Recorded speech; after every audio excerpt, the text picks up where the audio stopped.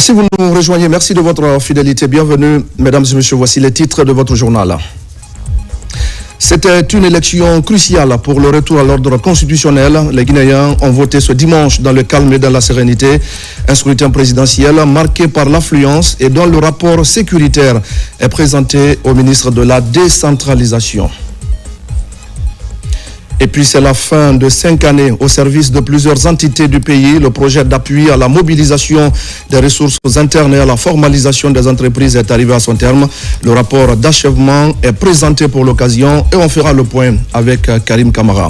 Nous serons à Mandiana pour parler sport avec un tournoi de football qui vient de se terminer. Une action portée par la jeunesse pour renforcer la cohésion et placer la paix au cœur des préoccupations.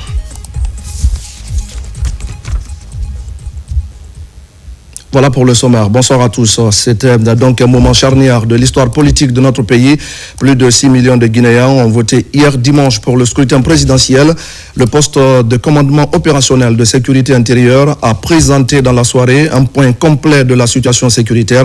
La rencontre a permis au commandant des forces de sécurité intérieure de dresser un bilan très positif du scrutin marqué par une forte mobilisation citoyenne et par l'absence totale d'incidents. Omar Bari. Au soir du scrutin présidentiel tenu ce dimanche 28 décembre 2025, le poste de commandement opérationnel de sécurité intérieure PCO-SI a présenté un point complet de la situation sécuritaire au ministre de l'administration du territoire et de la décentralisation, autorité requérante qui met en mouvement les forces de défense et de sécurité. La rencontre s'est déroulée dans la salle d'état-major du PCO-SI en présence de hautes autorités de l'État. Parmi elles figuraient notamment le Premier ministre chef du gouvernement Amadou Riba, le ministre de l'administration du territoire et de la décentralisation Ibrahim Khalil Kondé, le président de la Commission nationale de défense et de sécurité Aboubakar Sidiki Kamara, le ministre de la sécurité et de la protection civile Bachir Diallo, ainsi que le chef d'état-major général des armées entouré de plusieurs généraux et officiers supérieurs de la Commission nationale de défense et de sécurité CNDS. Au cours de cette cérémonie, il a été indiqué que 47 235 agents de sécurité électorale ont été mobilisés sur l'ensemble du territoire national. Ces forces ont agi conformément aux mesures prises, assurant la sécurisation du vote depuis l'ouverture des bureaux jusqu'à la fermeture et le démarrage effectif du dépouillement. Le commandant des forces de sécurité intérieure, le général Bala Samoura, a dressé un bilan très positif du déroulement du scrutin. Il a souligné une forte mobilisation, un engouement populaire notable et surtout zéro incident à l'image du vote référendaire du 21 septembre dernier. Dans le cadre de l'élection présidentielle qui s'est déroulée ce dimanche 28 décembre 2025 sur l'ensemble du territoire national, les forces de défense et de sécurité se sont mobilisées dès 5 heures du matin pour garantir la sécurité du vote. Au nom de l'ensemble des forces de défense et de sécurité, je suis très heureux de vous annoncer que la journée électorale s'est déroulée dans le calme et la sérénité, sans incident majeur pouvant perturber les opérations du vote. Je tiens à saluer le travail exemplaire des forces de défense et de sécurité déployées sur le terrain, ainsi que l'engagement de la Direction générale des élections dans l'organisation de ce scrutin. Je félicite également la population pour sa maturité et son sens de responsabilité qui ont permis une participation sereine à cette importante étape démocratique dans notre pays. En outre, j'invite toutes les forces de défense et de sécurité à maintenir leur présence avec un niveau élevé de vigilance et de réactivité jusqu'à la clôture définitive de l'ensemble des opérations électorales. Le ministre de l'administration du territoire et de la décentralisation Ibrahim Khalil Kondé a salué la présence discrète mais très efficace des forces de défense et de sécurité dans toutes les régions du pays. Cette posture, a-t-il estimé, a permis de rassurer les électeurs sans entraver le processus électoral, favorisant ainsi un climat de confiance propice à une participation massive. Il a également félicité les agents mobilisés pour leur professionnalisme. Le ministre de l'administration du territoire et de la décentralisation a qualifié cette journée de grand jour pour le peuple souverain de Guinée. Il a rendu hommage au courage et à l'engagement des forces de défense et de sécurité qui, selon lui, ont accompagné avec succès les réformes institutionnelles en cours. Pour lui, la Guinée a franchi un pas de géant grâce au climat de paix et de sérénité ayant marqué ce scrutin présidentiel.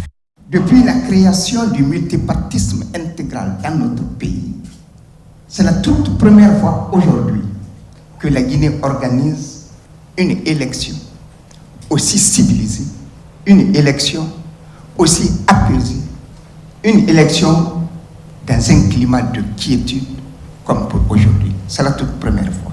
Et une élection aussi sécurisée à la dimension internationale.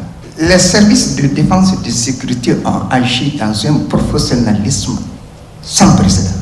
Merci. Le peuple de Guinée est satisfait de son armée, de la vaillante armée guinéenne. Et nous pouvons demander à la population, à ce niveau, qu'elle peut vaquer à ses activités normales, quotidiennes, à partir de demain. À l'issue de la rencontre, les autorités ont appelé les citoyens à reprendre dès ce lundi leurs activités quotidiennes dans le calme, tout en saluant la maturité civique démontrée par les électeurs conscients de vivre un moment décisif pour l'avenir de la nation. Porté par une mobilisation massive et par un esprit civique exemplaire, les Guinéens ont fait de cette élection présidentielle une véritable fête de la démocratie. La dynamique œil du citoyen, regroupant l'ensemble des plateformes de la société civile, a rendu public dimanche soir son rapport final sur le déroulement du scrutin. Et selon ses observateurs, l'élection s'est globalement bien passée sur l'ensemble du territoire national. Fodé Camara. Si à Kindia, chef-lieu de la région administrative, citoyens et autorités se sont mobilisés très tôt pour aller voter. Le gouverneur et son cabinet se sont rendus dans le quartier Sinania pour accomplir leur devoir civique. Nous sommes à Kindia, en ma qualité de gouverneur, mais j'ai voté en tant que citoyen Mamadou Camara, comme tout autre citoyen, dans la sérénité, dans la paix, et surtout dans la cohésion sociale. La préfecture de Kindia compte 110 bureaux de vote pour un effectif de 5 540 membres de bureaux de vote.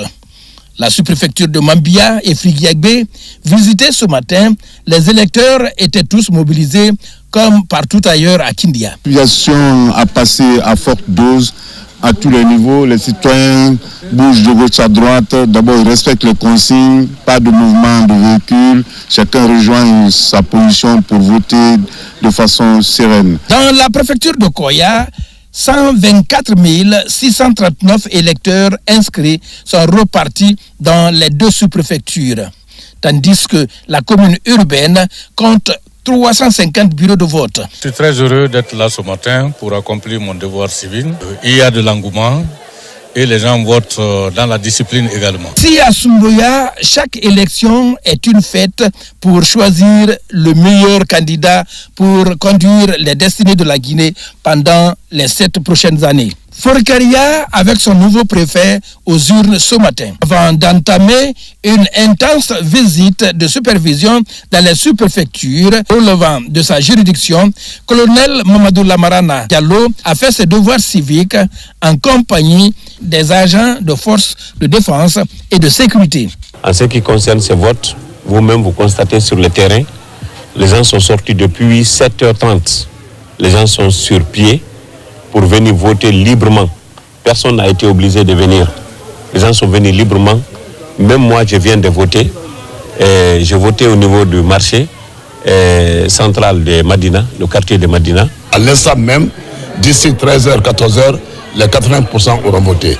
Les 20 autres % voteront probablement d'ici 18h. Même constat est observé à Télimélé, l'une des préfecture de la région de Kindia. L'autorité préfectorale et les citoyens appellent toujours à garder cette sérénité pendant et après le scrutin présidentiel. Mon message simplement c'est pour dire à tous les Guinéens que la paix n'a pas de prix. C'est un comportement qu'on doit adopter pour que nous puissions vivre ensemble. Vous venez, vous êtes seuls, vous faites ce que vous voulez faire pour les urnes, pour que nous puissions avoir un candidat qui sera pour tout le pays et pour tous les Guinéens. C'est un jour de refondation, c'est un nouveau jour qui se lève aujourd'hui. Ce matin, je me suis levé, paix dans l'âme, avec toute la paix possible. J'ai visité plusieurs bureaux de vote, j'ai vu nos compatriotes qui faisaient leur devoir. Je lance un appel solennel que tous mes concitoyens acceptent ces résultats.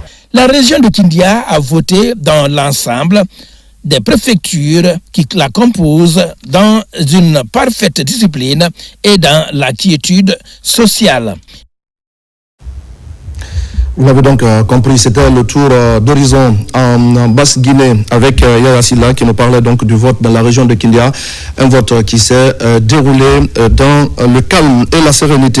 Au-delà donc des bulletins, comme vous l'avez vu tout à l'heure, c'est donc un plébiscite pour la paix qui s'est exprimé hier dans tous les pays. La dynamique œil du citoyen regroupant l'ensemble des plateformes de la société civile guinéenne a donc rendu public son rapport final sur le déroulement du scrutin et selon ses observateurs, l'élection s'est globalement bien déroulée sur l'ensemble du territoire national. On retrouve Fodé Camara. Dans la presqu'île de Kaloum, ce dimanche soir, l'animation au village électoral a atteint son point culminant.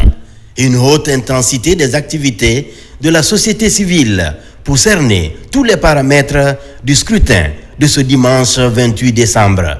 Pour l'observation du scrutin présidentiel, la société civile guinéenne a choisi de ne pas aller à rang dispersé. Guidée par l'esprit d'équipe, la dynamique œil du citoyen a permis de remonter en temps réel les informations collectées dans les bureaux de vote. Quand je visite ce village électoral et que je vois le travail qui est accompli ici, je me dis que la Guinée n'a plus rien à prendre en matière d'observation électorale et que l'expertise est là.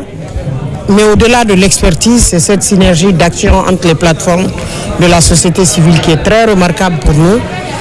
Et je constate aussi que dans ces plateformes-là, il n'y a pas une lutte de génération. En tout cas, on a vu un bon travail et ce travail permet de qualifier le processus parce que, en tant qu'organe de gestion, nous savons qu'ils ont mis tout le dispositif pour surveiller sur l'ensemble du territoire le déroulé du scrutin de ce 28 décembre. Donc, félicitations à toute l'équipe. Nous vous remercions et nous savons que vous allez produire un très bon rapport pour la Guinée. Événement très attendu, le scrutin présidentiel s'est globalement bien déroulé sur toute l'étendue du territoire national, comme le certifie le communiqué final de l'observation électorale de la dynamique œil du citoyen. Une dynamique qui regroupe toutes les plateformes de la société civile guinéenne. Les constats rapportés par nos observateurs révèlent les électeurs ont eu accès dans 99,32% des bureaux de vote observés. L'isoloir garantissait le secret du vote dans 99,55% des bureaux observés.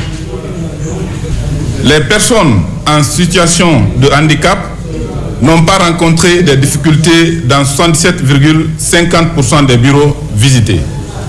La présence d'autres observateurs nationaux et internationaux dans les bureaux de vote couverts par nos observateurs était de 36,96%. Les forces de sécurité n'ont pas interféré dans le processus de vote dans les bureaux visités par nos observateurs. Au regard de ces observations faites, la dynamique œil du citoyen salue le déroulement du scrutin sans violence et invite l'ensemble des acteurs, États, partis politiques, partenaires, leaders religieux et citoyens à œuvrer pour préserver la quiétude sociale, l'unité nationale et la crédibilité de notre démocratie. La synergie des plateformes de la société civile avait déployé plus de 8000 observateurs sur le terrain. Une synergie réussie qui a permis de fédérer les énergies autour de l'idéal de construire ensemble une nation démocratique tournée vers le développement. Et c'est au milieu de tous ces efforts de consolidation du tissu social que la Guinée vient de lancer officiellement le train voyageur baptisé Kakande Express. C'est un projet innovant né de la coopération entre la CBG et ses partenaires. Cette initiative marque une avancée importante dans l'amélioration du transport ferroviaire et la mise en valeur des infrastructures minières dans notre pays. Omar Bari et Samartin Fancinadouno.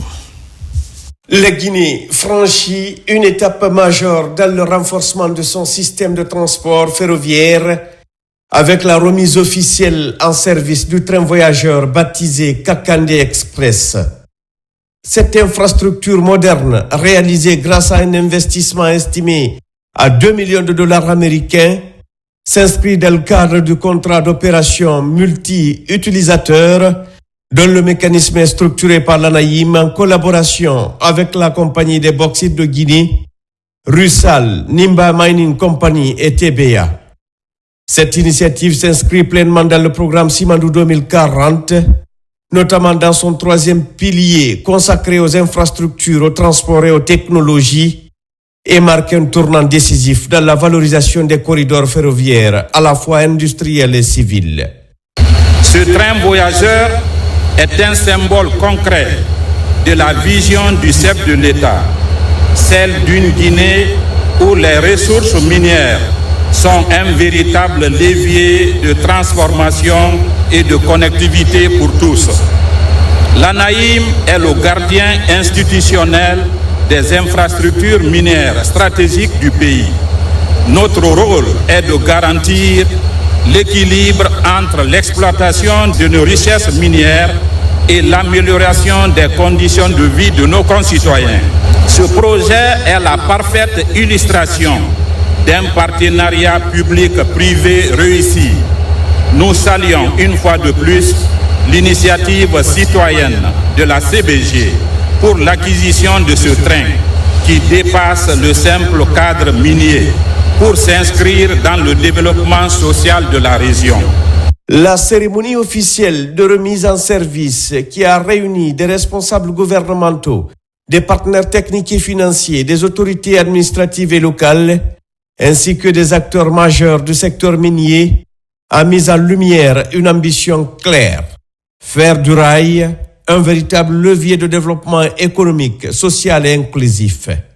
Plus qu'un simple moyen de transport, ce train est conçu comme un service public ferroviaire moderne au bénéfice des usagers civils de la voie ferroviaire communautaire reliant Sangaredi, Gobiri, Khorira Damboké, Kolabouye et Kamsahar.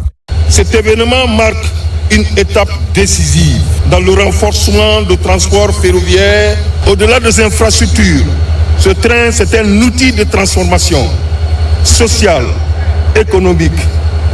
Il facilitera le déplacement des travailleurs et des commerçants, l'accès au marché, aux écoles, aux centres de santé, des désenclavements de plusieurs localités, la dynamisation des activités économiques au long du corridor ferroviaire. La relance du Kakande Express illustre la volonté des autorités guinéennes et de leurs partenaires, sous le leadership du président Mamadi Doumbouya, de concilier exploitation minière et besoin de mobilité des populations, notamment celles vivant le long du corridor ferroviaire. Train voyageur multi-utilisateur, le Kakande Express répond aux standards modernes de confort, de sécurité et d'accessibilité. Il est composé de 4 voitures climatisées offrant 60 places assises chacune, d'un wagon à bagages destiné au transport des effets personnels et des marchandises légères, ainsi que d'aménagements spécifiques pour les personnes à mobilité réduite, traduisant une forte volonté d'inclusion sociale. Aujourd'hui, nous avons l'immense fierté de redonner vie à ces services grâce à la mutualisation de notre chemin de fer. Les différents utilisateurs du chemin de fer ont uni leurs efforts pour acquérir ces nouvelles voitures et remettre ce train de voyageurs sur les rails. Cet engagement s'est matérialisé par un investissement majeur de près de 2 millions de dollars entièrement dédié à l'acquisition des équipements nécessaires pour offrir un service fiable, moderne et sécurisé. Cet effort financier démontre clairement que notre volonté de faire de notre chemin de fer un outil au service du développement local et de l'amélioration des conditions de vie des communautés. Nous tenons à ce stade à exprimer avec force notre profonde gratitude au président de la République, Mamadi Doumbouya. Grâce à sa vision, la revitalisation du réseau ferroviaire s'impose aujourd'hui comme une réalité concrète. L'investissement global de 2 millions de dollars américains témoigne de la confiance des partenaires dans le potentiel du rail guinéen. Il a permis la modernisation du matériel roulant, le renforcement des dispositifs de sécurité et l'adaptation des infrastructures aux exigences actuelles de transport de voyageurs. Présidée par le ministre des Mines et de la Géologie, Bouna Sylla, la cérémonie a mis en exergue la volonté des autorités de réconcilier les activités minières avec les besoins de mobilité des personnes et de leurs biens. Ce projet, à l'instar de celui du Simandou, est une exigence de son Excellence, Monsieur le Président de la République, qui veut que toutes les infrastructures portuaires et ferroviaires connexes aux mines soient multi-utilisateurs et multi-usagers, c'est-à-dire qui permettra l'utilisation de plusieurs sociétés minières avec un droit d'accès à l'infrastructure, mais également permettre le transport passagers et marchandises conformément au programme Simandou 2040, notamment en son pilier 3 relatif aux infrastructures, l'énergie, les télécoms et le transport. Ce train facilitera la connectivité, la mobilité dans la région de Boké entre Kamsar, Kolaboui, Boké, Tanene et Sangaré. La vision du président de la République est que la mobilité est une des clés du développement. Le fait de faciliter le transport passager et marchandises permettra d'accroître l'économie de la région et réduire autant que faire se peut sa dépendance de l'industrie minière. Ce train et ses wagons doivent faire l'objet d'un entretien et on invite les communautés de s'approprier de cet outil, de ce bijou. Les wagons sont climatisés, cela en conformité avec la vision du président qui est d'améliorer de manière continue les conditions de vie des populations riveraines des zones minières. C'est le lieu aussi de remercier la CBG, qui est la plus vieille entreprise minière en opération en Guinée, pour son adhésion totale à la vision de son Excellence, Monsieur le Président de la République, à travers le projet Simandou Academy. Simandou Academy est la déclinaison du pilier 2 du programme Simandou 2040, c'est-à-dire l'éducation et la culture. À ce titre, lors du dernier conseil d'administration de la CBG, les partenaires de la République de Guinée au sein du conseil d'administration ont accepté d'accompagner ce programme présidentiel à travers des bourses d'études qui seront offertes aux meilleurs élèves issus des lycées de la région et de la Guinée pour aller à l'étranger, étudier et revenir servir notre cher pays. La remise en service du Kakandé Express va bien au-delà d'un simple événement ferroviaire. Elle incarne la vision moderne du développement prônée par le président Mamadi Doumbouya, où les infrastructures minières deviennent également des instruments de mobilité, d'inclusion sociale et de progrès économique. Merci à Oumar Bari et à toutes nos équipes.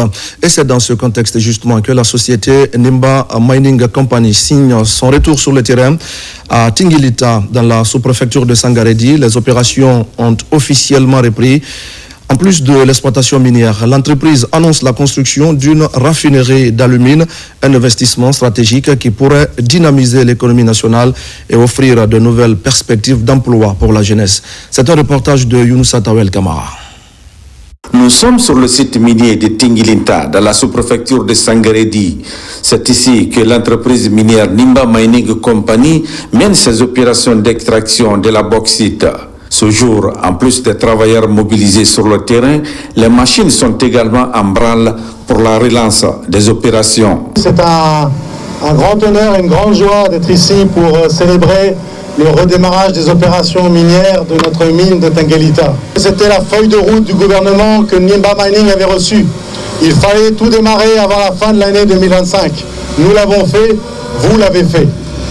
Et c'était aussi la mise en œuvre de la vision du chef de l'État, le président de la République de Guinée, M. Mamadi Doumbouya. Il marque l'ouverture d'une nouvelle phase pour notre entreprise, fondée sur la rigueur opérationnelle, la sécurité, la responsabilité et la performance durable.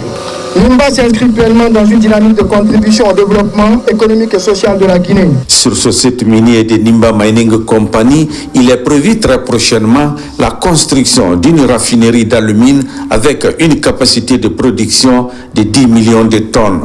Aujourd'hui, Nimba est piloté à 100% par les Guinéens. Ça prouve à suffisance que nous avons pris notre destin en main. Aujourd'hui, en tant que Guinéens, nous sommes suffisamment outillés pour conduire à bon port le navire qui nous est confié. Au-delà de ses activités minières dans la préfecture de Boké, la société NMC entend respecter également le contenu local tout en protégeant l'environnement et contribuer au développement des districts de sa zone d'opération à travers la construction d'infrastructures sociales en faveur des communautés riveraines. Et pendant ce temps, à Télémélé, le consortium SMB Winning renforce son engagement social en faveur des communautés riveraines de ces projets miniers. Dans le secteur de Tchaga, un poste de santé moderne vient d'être inauguré pour améliorer l'accès aux soins de base. Une initiative saluée par les autorités locales et par les populations bénéficiaires. Mamadi Terna Kamisoko pour des explications. À plus de 120 km du centre-ville de Télémélé, le secteur de Tiaga franchit une étape majeure dans l'amélioration des soins communautaires. Ici, le consortium SMB Winning inaugure un poste de santé entièrement équipé et électrifié au bénéfice de près de 900 habitants. Composé de 8 salles fonctionnelles, cet édifice vise à rapprocher les services de santé des populations rurales longtemps confrontées aux difficultés d'accès aux soins. Ce nouveau poste de santé a été conçu comme un véritable espace de vie et de soins doté d'une infrastructure complète comprenant une pharmacie, une salle d'observation, une salle de consultation, une salle de soins et d'injection, une salle de vaccination et consultation prénatale, une salle de travail ainsi qu'une salle dédiée à l'accouchement et une salle d'accoucher. La santé communautaire constitue un pilier essentiel du plan d'action sociale 2025 du consortium. Au-delà de l'infrastructure sanitaire, ce projet s'inscrit dans une dynamique de bon voisinage. La journée d'aujourd'hui est une journée historique pour la sous-préfecture de Missira. Vous avez fait ça pour accompagner la communauté avec laquelle vous vivez ensemble. Avant, quand il y avait un malade, quand il y avait une femme qui voulait accoucher, il faut l'envoyer à Sangarit. Et la route n'était pas bonne. Mais aujourd'hui, vous avez enlevé tout ça. Je remercie tout et chacun. Ce que je demande à la communauté, c'est un bijou qu'on nous a donné. Le bijou là doit être bien entretenu. À Tiaga, l'accès aux soins de proximité devient une réalité, renforçant ainsi la confiance entre population locale et acteurs miniers dans une logique de développement partagé. Nous allons rester encore dans la préfecture de Télémélé et nous allons mettre le cap cette fois sur Missira, longtemps enclavé et confronté à un manque criant d'infrastructures sanitaires. La sous-préfecture va bientôt bénéficier d'un centre de santé moderne. Les travaux sont lancés par le ministre de la Santé, un projet qui s'inscrit dans la vision du chef de l'État, celle de doter toutes les localités du pays d'infrastructures sanitaires dignes et accessibles. Terno Maroufba, Mohamed Mpati Kamara. Située à 96 km du chef-lieu de la préfecture de Télémélé, la sous-préfecture de Missira reste la plus grande et la plus peuplée des autres sous-préfectures. Ce bâtiment constitue le seul centre de santé et qui assure les soins pour près de 57 000 habitants. Désormais, à travers le programme de construction de 50 centres de santé améliorés, cette localité bénéficiera à son tour d'un centre de 29 bâtiments. Nous, citoyennes et citoyens de Missirah, nous restons infiniment reconnaissants pour le soin porté sur notre collectivité pour la construction d'un centre de santé amélioré. La population de Missirah, ces bijoux, c'est pour vous. Il n'y a pas son deux à éliminer. Vous avez pris l'intérêt de sauvegarder et de veiller sur l'exécution de ces travaux. À l'entrepreneur, je vous demande humblement de mettre à ma disposition les cahiers de charges. Je y veillerai particulièrement sur ces travaux. La construction d'une telle infrastructure sanitaire dans la commune rurale comme Missirah permettra d'offrir des soins de qualité sur place. Un délai de 12 mois est donné à l'entreprise. Aujourd'hui, avec la vision du chef de l'État qui tient à rapprocher les soins de santé des communautés, il a pensé à vous, il a pensé à tous les Guinéens, comme je viens de le dire, où qu'ils se trouvent. Sinon, Missirah est loin de Conakry. Missirah est loin du palais, mais le palais est proche de Missirah. L'occupant du palais est proche de Missirah. C'est ce qui fait que, en étant à Conakry, il a compris que Missirah avait besoin d'une structure de santé moderne. L'infrastructure sera composée d'un bloc opératoire, des salles d'hospitalisation, d'une pharmacie et d'une maternité avec des équipements modernes. Le programme va ainsi toucher plusieurs autres localités du pays. Au même moment, la Guinée est confrontée, vous le savez, à une croissance démographique rapide.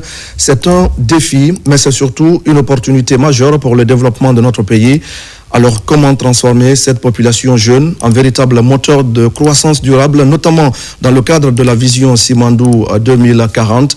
Les acteurs du secteur étaient récemment en concertation pour trouver des réponses claires à cette question précise. Idrissa Cissé. La forte croissance démographique de la Guinée constitue à la fois un défi majeur et une réelle opportunité de développement. La priorité, c'est la transformer en levier économique et social. Pour y parvenir, des actions ciblées s'imposent, notamment la réduction de la pauvreté, le renforcement de l'inclusion sociale et la correction des disparités persistantes. C'est dans cette dynamique que ces cadres issus de plusieurs départements sectoriels ont engagé une réflexion approfondie autour des notes de politique publique appelées Policy Brief. Le capital humain, c'est l'un des grands piliers, plutôt même qui est transversal dans le programme de Simandou 2040 en République de Guinée. Donc, une fois de plus, on invite les parties prenantes à investir davantage dans le développement du capital humain. Les conclusions et les recommandations assorties de seulement ces deux rapports que moi j'ai eu le devoir de faire la présentation, pense que si les sectoriels et les BSD ici présents font bon usage et tiennent compte des recommandations, je pense que ça pourra permettre de débloquer certaines situations, surtout pour la cause des femmes et des jeunes dans notre pays. L'obtention d'un dividende démographique obéit à des principes. Il se construit à travers des investissements soutenus dans le capital humain, notamment l'éducation, la santé, l'égalité de genre, mais aussi l'autonomisation des jeunes et des femmes. On doit se féliciter des efforts qui sont faits en Guinée. L'Observatoire national est mis en place, c'est une réalité. L'Observatoire national est en train de faire des études thématiques sur les différentes dimensions des dividendes démographiques et du capital humain pour éclairer les décisions publiques. Au moment où la Guinée s'inscrit dans la vision du plan national de développement Simandou 2040, la capture du dividende démographique apparaît plus que jamais comme un atout stratégique soutenu par des partenaires confiants pour garantir une croissance inclusive, durable et équitable.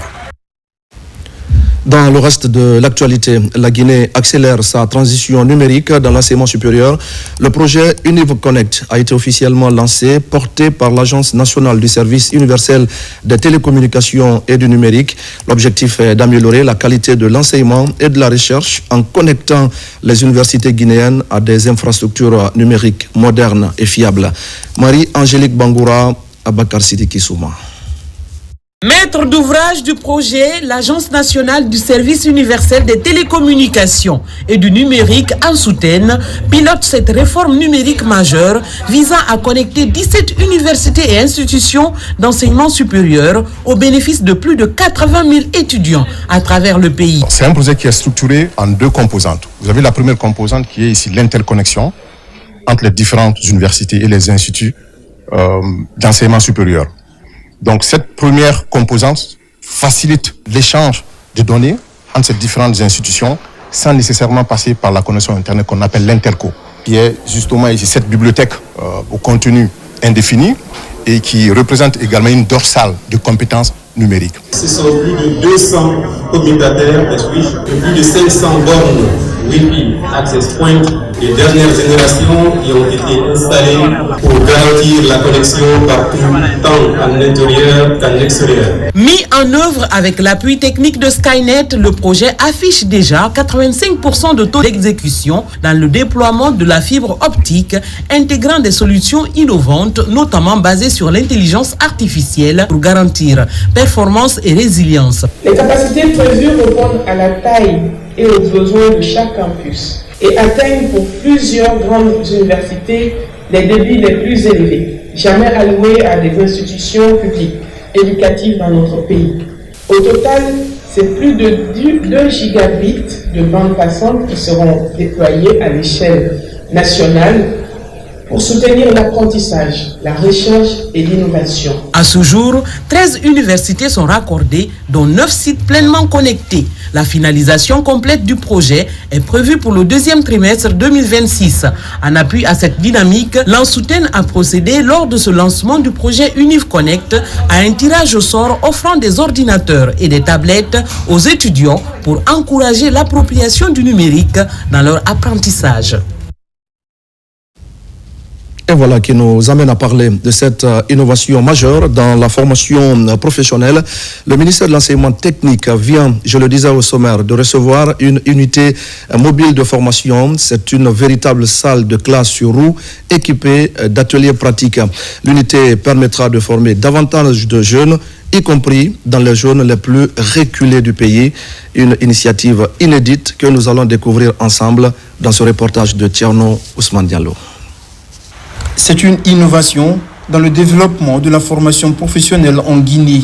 En se dotant d'une unité de formation mobile, le ministère de l'Enseignement technique, de la formation professionnelle et de l'emploi affiche clairement une volonté d'aller plus loin pour offrir aux jeunes Guinéens des compétences pratiques pour leur insertion où qu'ils soient à travers le pays. Le geste est de l'UNICEF, un des partenaires clés du ministère dans la mise en œuvre de sa vision. Ces camions est bien plus qu'un équipement. C'est une école sur roue, vous voyez le camion. C'est un symbole aussi d'innovation et d'inclusion. Il est équipé d'un atelier complet, des tables et bancs pour accueillir au moins 10 apprenants par classe. Il y a des caisses pédagogiques, il y a une tente pour les activités et un groupe électrogène pour s'assurer que les formations vont continuer même quand il n'y a pas d'électricité. L'unité mobile est équipée pour embarquer une salle de travaux pratiques en chaudronnerie et soudure pour une formation de proximité inclusive et adaptée aux réalités du terrain. Avec elle, le ministère peut développer des programmes tant dans les centres de formation que dans les zones reculées avec des cibles spécifiques afin de répondre à un besoin urgent de formation professionnelle des jeunes ou de renforcement des compétences des formateurs. Aujourd'hui, il est important que les différents corps de métier du projet Simandou 2040 puissent être pris en compte, notamment la chaudronnerie et la soudure. Et tout ça, c'est dans le sens vraiment de nous assurer que personne ne soit laissé pour compte dans la même vision prônée par le chef de l'État, de nous assurer que les Guinéens, chaque Guinéen puisse trouver un emploi demain, que chaque Guinéen puisse être autosuffisant, que chaque Guinéen puisse être éduqué. Cette première unité mobile de formation professionnelle en chaudronnerie et soudure constitue un programme pilote. Le département de l'enseignement technique et l'UNICEF vont étudier la possibilité de le renforcer pour acquérir davantage d'unités mobiles en lien avec d'autres corps de métier susceptibles d'accélérer l'employabilité des jeunes. Cette question maintenant, comment accompagner les élèves dans leur choix d'orientation? À Kankan, la question était en débat pour mieux édifier les chefs d'établissement et conseillers à l'orientation. Les avantages du système sont au cœur des grandes réformes de la Direction nationale de l'enseignement secondaire général et technique. On fait le point à Kankan avec Diamo Kaba. À la direction préfectorale de l'éducation de Kankan, les chefs d'établissement et conseillers à l'orientation reviennent en classe pour un choix objectif des programmes d'enseignement scolaire. Les élèves sont au cœur du système pour instaurer un socle commun des connaissances. Les chefs d'établissement, les conseillers, leurs adjoints, les conseillers à l'orientation, les censeurs représentent un maillon fort de la réussite du système éducatif. Le département a pensé à outiller ces cadres pour que l'orientation de nos élèves vers les filières de vie soit vraiment soignée. De pouvoir orienter les élèves nouvellement admis dans les établissements secondaires avec la diversification des filières pour que ces enfants qui ne connaissent pas qu'est-ce qu'ils veulent. Il y en a qui font des choix parce qu'ils ont un ami qui est à côté, sans tenir compte de leur maîtrise en ces matières. Le projet est porté par la Direction nationale de l'enseignement secondaire, général et technique. En quête perpétuelle de l'excellence, les autorités renouvellent leur soutien pour développer le capital humain. Aujourd'hui, les établissements reçoivent des subventions. Quand un établissement reçoit des subventions, il faut outiller le chef d'établissement sur des projets d'établissement. Donc la formation, c'est dans ce sens-là. Comment monter des projets d'établissement au niveau des établissements pour pouvoir mettre en œuvre la politique du gouvernement en matière d'enseignement secondaire. Par cette remise à niveau et d'autres réformes structurelles, l'amélioration du capital humain et de la productivité se matérialise en vue de l'émergence du pays. Et puis c'est ce 29 décembre que prend fin le projet d'appui à la mobilisation des ressources internes et à la formalisation des entreprises financé par le groupe de la Banque africaine de développement. Le PAMORIF a permis en 5 ans d'améliorer plusieurs services de l'État en lien avec la fiscalité et le développement des entreprises. Son rapport d'achèvement vient d'être présenté. Abdul Karim Kamara. Depuis 5 ans, l'on trace les sillons devant consolider le cadre macroéconomique du pays. Aujourd'hui, ces réformes débouchent sur l'élargissement de l'assiette fiscale, l'amélioration des systèmes de contrôle, d'audit des recettes fiscales et de l'accès à la commande publique pour les PME locales. Des éléments de réforme portés par le projet d'appui à la mobilisation des ressources internes et à la formalisation des entreprises PAMORIF, dont le rapport d'achèvement est ici présenté. Avec les bénéficiaires, il y a eu quelques soucis par rapport à l'envoi et à la transmission donc, des déclencheurs. Nous avons vraiment tiré des enseignements par rapport à ces aspects. Le consultant, il a fait une évaluation très objective par rapport à certains critères, la pertinence, l'efficacité, l'efficience. Et tous ces critères ont été vraiment atteints. Et c'est en fonction donc de l'attente, des attentes du moins du bailleur et du gouvernement guinéen. Ici sont réunis les services bénéficiaires du PAMORIF, la Direction générale des impôts, celle de la douane, la Cour des comptes, l'autorité de régulation des marchés publics, l'APIP, auquel les résultats du projet, son impact et les enseignements tirés de sa mise en œuvre sont présentés. La Direction générale des douanes a bénéficié de plusieurs formations en matière de produits pétroliers, le produit minier, la formation sur la cybercriminalité, sur sécurité et les logiciels. Et en même temps, la douane a bénéficié le paiement de SOCLAS qui a permis de former plusieurs jeunes informaticiens. La douane a réalisé un grand bond dans ce qui est de recouvrement des recettes. Donc aujourd'hui, il y a une grande satisfaction au niveau de la direction générale. Mise en œuvre par l'unité de coordination et d'exécution des projets et financée par le groupe de la BAD, le PAMORIF qui cadre aussi avec le programme de référence intérimaire prend fin le 29 décembre 2025. puis la structure des engagés poursuit sa dynamique d'exploitation, d'explication des réformes publiques enregistrées en Guinée. Récemment, plusieurs secrétaires généraux des différents départements ont échangé sur les grandes réalisations et les perspectives de la gouvernance du président Mamadi Doumbouya. C'est un reportage d'Alpha Siagaba et de Mamadou Alpha Baldé. Devant des retraités et autres agents publics et privés, des secrétaires généraux des différents départements ministériels prennent la parole à tour de rôle. L'objectif est bien visible, expliquer toutes les réformes majeures réalisées ou en cours de réalisation dans différents domaines à travers le pays. À l'origine de ce dîner d'échange et de partage, la structure Les Engagés. C'est une rencontre de bilan. Aujourd'hui, la Guinée est un chantier à ciel ouvert.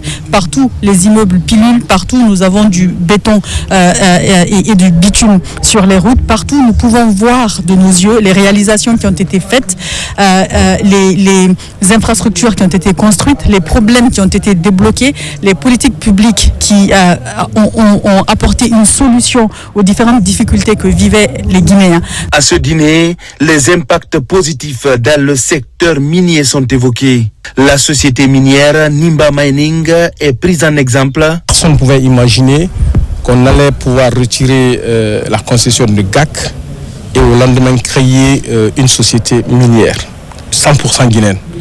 Une société minière qui va être acteur majeur sur le marché international des minerais, notamment la bauxite d'abord. Bientôt nous allons lancer, parce que il y a toujours cette question de raffinerie. Donc il y aura sa filiale raffinerie qui va être créée. Il y a une filiale qui va être créée sur l'or. Donc c'est une société aujourd'hui qui va prendre des permis et qui va les développer. Ce dîner est une des multiples activités planifiées par la structure Les Engagés. D'autres actions citoyennes sont aussi dans l'agenda de la structure conduite par Maïmouna Diakabi. La commune urbaine de Bessia vient de tenir sa 4e et dernière session ordinaire 2025. La réunion a été marquée par des échanges sur le développement de la commune, la présentation du plan de développement local et l'adoption du budget pour l'année 2026. Marwan Kamara commente les images de Mohamed Saliou Bangoura. La commune urbaine de Bessia tient sa 4e et dernière session ordinaire 2025. La réunion regroupe les membres de la délégation spéciale, le représentant du gouvernorat de la ville de Conakry, les chefs des quartiers et la société civile. Présentation de la synthèse du plan de développement local de la commune et l'adoption du budget remanié au centre du débat. Il y avait la nécessité de remanier notre budget. Les prévisions qu'on avait faites, on a constaté que le regroupement des recettes était très faible par rapport à cette prévision-là.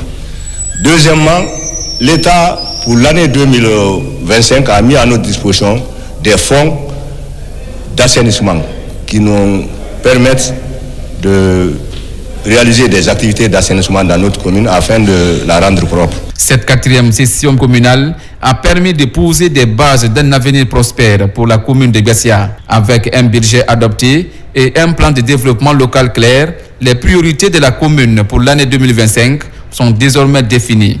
Il était important pour les techniciens qui nous sommes de procéder à un remaniement budgétaire. Et principalement, il y a ce que l'on appelle les recettes fiscales dans sa globalité qui a été retouchée. Il y a également les recettes non fiscales qui ont été retouchées. Il y a également les droits du domaine qui ont également été retouchés. Pour l'année 2026, ça augure de l'espoir, ça augure de réalisation d'infrastructures de développement et nos regards sont pointés vers le développement. Cette dernière session ordinaire de 2025 est un moment clé pour la commune urbaine de Bessia avec des décisions importantes qui vont permettre d'ouvrir des perspectives de croissance et d'amélioration pour la population.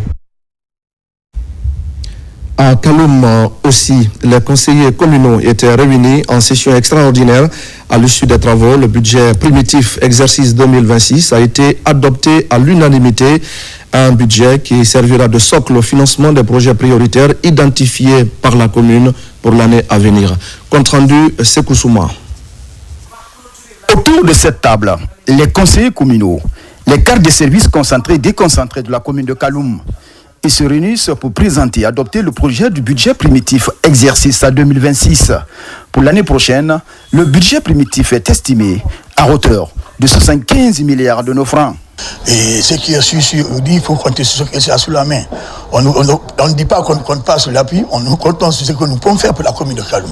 Et ça, monsieur le receveur, il est là sur le pied, il va mettre beaucoup de réformes sur le papier et ça va permettre au conseil de sortir sur le terrain, engager les différentes réformes pour que vraiment que la caisse soit renflouée, afin que vraiment que les dispositions soient prises pour la réalisation de certains projets. Ce budget primitif de l'année 2026, une fois recouvré, prendra en compte le projet annuel d'investissement, le programme de développement local PDL, dans l'éducation, la santé et le service public. Mais cette année, il y a eu 17 projets qui font partie du PAI. Et ces 17 projets-là proviennent de la population à la base, comme la loi le dit. Et ça a été un budget participatif. Parce que ce sont eux qui nous ont fait remonter tous ces projets-là pour qu'on puisse les introduire dans notre PAI et dans le budget. Et voilà l'objectif fondamental du budget 2026. Ce budget primitif, appelé aussi participatif, a pris en compte toutes les préoccupations de la communauté. Son adoption par l'ensemble des conseillers en est une parfaite illustration. L'actualité de ce soir nous amène à parler également du service national d'aménagement des points d'eau, le SNAP, qui vient de lancer la formation des foreurs à Conakry. C'est une formation d'un mois qui devra permettre d'améliorer les prestations du service pour le bien des populations. Une opération facilitée grâce au soutien de l'État qui a mis 5 ateliers de forage d'eau à la disposition du SNAP. Nabila Moussa Kamara. Longtemps confronté à un déficit d'équipement limitant son rôle stratégique dans le secteur de l'alimentation en eau potable, le SNAP change de cap. Avec l'appui de l'État, l'institution initie des modules de formation à l'intention des foreurs. Objectif, professionnaliser les activités de forage en formant des équipes capables d'opérer, d'entretenir et de gérer ces engins dans le strict respect des normes techniques, environnementales et de sécurité. Aujourd'hui, le secteur d'eau en milieu rural ou urbain est devenu un problème. Donc, pour mettre fin à ça, il faut que la maison mère prenne sa disposition par rapport à toutes ces difficultés. Dans le cadre de la vision du président de la République, Mamadi Doumbouya, qui fait de l'accès à l'eau potable une priorité nationale, le SNAP bénéficie désormais de 5 ateliers modernes de forage d'eau. Appuyé par les partenaires, l'institution entend jouer pleinement son rôle dans l'amélioration de l'accès à l'eau et le développement des communautés à la base. Depuis des décennies, le SNAP n'a jamais connu ce genre de soutien à l'endroit d'un chef de l'État qui a le souci de sa population. Quand vous partez à l'intérieur du pays, la première demande qui vient à nos concitoyens, c'est de les aider à avoir de l'eau. Et c'est ce que le président a compris. Il a su vraiment bien mettre à disposition ces ateliers-là. Nous avons livré les machines de la Chine jusqu'à la République de Guinée et fourni aussi un formateur qualifié qui est là avec nous pour former la transmission de la compétence à l'équipe guinéenne pour qu'après les Guinéens puissent, les techniciens du SNAP puissent former à leur tour, appliquer sur le terrain et former d'autres jeunes Guinéens à travailler avec les équipements de forage que nous avons amenés. À l'issue de l'ouverture officielle, formateurs et bénéficiaires ont rejoint le site du SNAP équipé pour des séances pratiques. Des jeunes venus des différentes régions du pays suivent une formation combinant enseignement théorique et exercice de terrain. Le bois guinéen, au cœur du développement durable, l'Office guinéen du bois se réunit pour sa 2e session ordinaire d'administration. L'objectif est de renforcer la gouvernance et lutter contre l'exploitation illégale des ressources forestières du pays. Sona Sagnon. L'Office guinéen du bois, sous la tutelle du ministère de l'Environnement et du Développement durable, tient sa 2e session ordinaire du conseil d'administration, une rencontre stratégique consacrée au renforcement de la gouvernance et à la gestion durable des ressources forestières en République de Guinée. La session qui nous réunit aujourd'hui constitue un cadre privilégié d'évaluation des actions menées, d'examen des résultats obtenus, d'analyse du projet du budget 2026 et des difficultés rencontrées, mais surtout de définition des orientations stratégiques à même de renforcer l'efficacité et la performance de notre office. Présidée par le chef de cabinet du ministère de l'Environnement et du Développement durable, la session réunit administrateurs, représentants des départements sectoriels et cadres techniques de l'OGIB. Les échanges portent sur la régulation du secteur, la lutte contre l'exploitation illégale du bois, le suivi des activités en cours, ainsi que le renforcement des mécanismes de contrôle et de traçabilité des produits forestiers. L'Office guinéen du bois joue un rôle stratégique dans la mise en œuvre de la politique forestière nationale, notamment dans la régulation de la filière bois, la mobilisation des recettes forestières et la lutte contre la fraude sous toutes ses formes.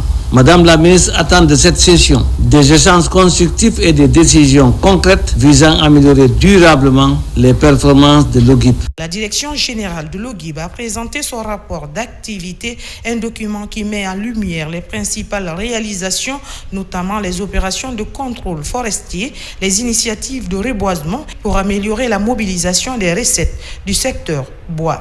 L'OGIB en tant qu'instrument stratégique de l'État se doit d'être à la hauteur de ces défis. Je voudrais rappeler que le conseil d'administration est non seulement un organe de gouvernance, mais aussi un espace de réflexion stratégique, de contrôle et d'orientation. À travers cette session, les acteurs de l'OGIB réaffirment leur engagement en faveur d'une gestion responsable, transparente et durable des ressources forestières au service des générations présentes et futures. Dans la préfecture de Bofa, spiritualité et développement local se conjuguent au pluriel.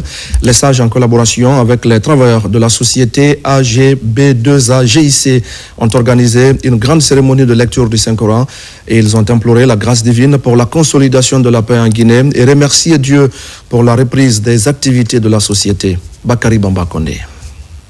Les travailleurs de la société AGB2A GIC ont récemment organisé une lecture du Saint-Coran à Bofa, un événement symbolique pour prôner la paix en Guinée et le vivre ensemble.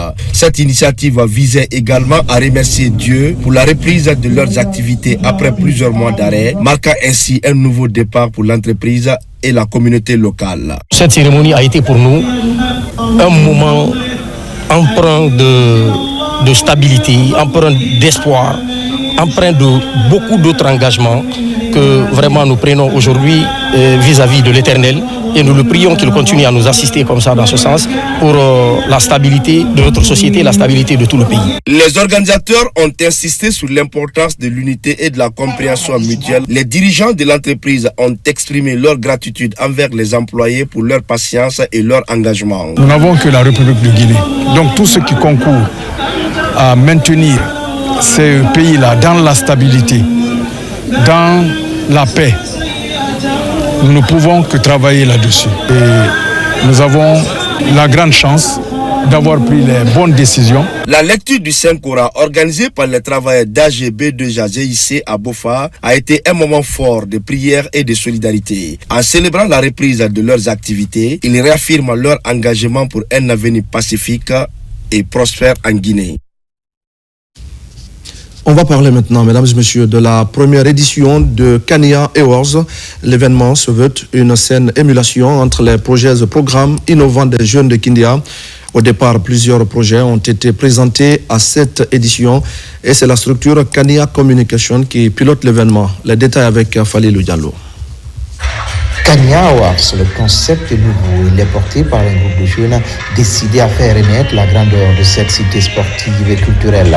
Kindia, qui a également produit plusieurs pépites du football et de la musique guinéenne. Au départ, plus de 100 jeunes ont été sélectionnés pour cette émulation à travers des projets innovants et impactants sur la vie des populations locales. Un soutien massif aux PME et aux jeunes entrepreneurs locaux afin qu'ils soient les premiers bénéficiaires de la connaissance nationale. Je tiens à saluer le courage des entrepreneurs, des artisans, des leaders communautaires, des jeunes talents qui seront honorés ce soir. Le programme bénéficie du soutien des acteurs de la société civile et autorités administratives. D'autres secteurs d'activité socio-économique sont appelés à participer à la prochaine édition. Je remercie les organisateurs et j'encourage aussi la jeunesse à s'investir beaucoup dans le développement local des différentes villes et enfin pour accompagner les projets de développement de notre président de la République. S'inspirer du contenu local, s'inspirer de la musique locale à tous les niveaux. Vraiment, on est content, on les remercie, on les encourage de continuer. Et ça, nous serons à leur disposition à tout moment pour être avec eux. Une façon de rassembler tout le monde, aller ensemble. C'est l'objectif du président de la République, M. Mamadi Doumbouya. Le réveil des consciences passe par la formation de jeunesse responsable à Kindia. Le message est bien clair et la jeunesse de Kenya, plus que jamais déterminée à gagner le pari. On vous amène pour terminer à Kodian Marché, un district de la sous-préfecture de Kinyeran, dans la préfecture de Mandiana. Là-bas, vous allez le voir, le football est plus qu'un sport. C'est désormais un vecteur de paix, d'unité et de rassemblement. Le week-end dernier, une foule en liesse s'est mobilisée au grand stade pour assister à la finale de la première édition du tournoi doté du trophée Khalil Sako. Détail avec Moussa Komara.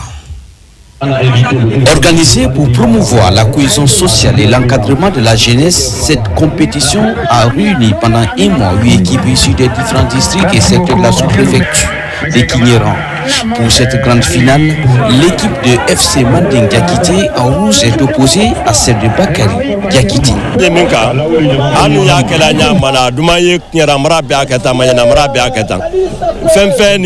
Nous avons organisé ce tournoi pour inspirer. Nous voulons que tout Mandiana occupe la jeunesse. Ici, par exemple, on retrouve tout le monde. Cette première édition qui porte le nom de Khalil Sako s'impose comme un moyen d'expression sportive, de rassemblement et de promotion du football à la base. C'est aussi mon combat, développer le football à la base. Accompagner la jeunesse dans l'épanouissement parce que tous les pays s'appuient sur la jeunesse. Sur le terrain, les deux équipes proposent un jeu équilibré, rythmé et respectueux des règles. Chaque duel est applaudi, chaque passe ajustée suscite des acclamations. Après plusieurs occasions franches des deux camps, FC Manding ouvre le score à la 14e minute. Au retour sur le terrain, l'agressivité et la pression montent. À la 90e minute, le but est égalisé. Il a fallu attendre la séance de tir au but pour permettre à FC Manding de devenir champion sous les ovations d'un public conquis.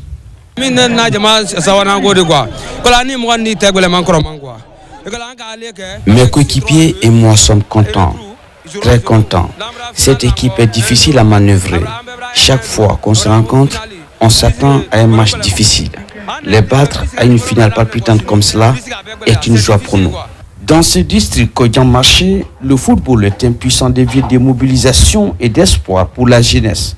Grâce à ces compétitions, peu de jeunes sont tentés par la migration irrégulière.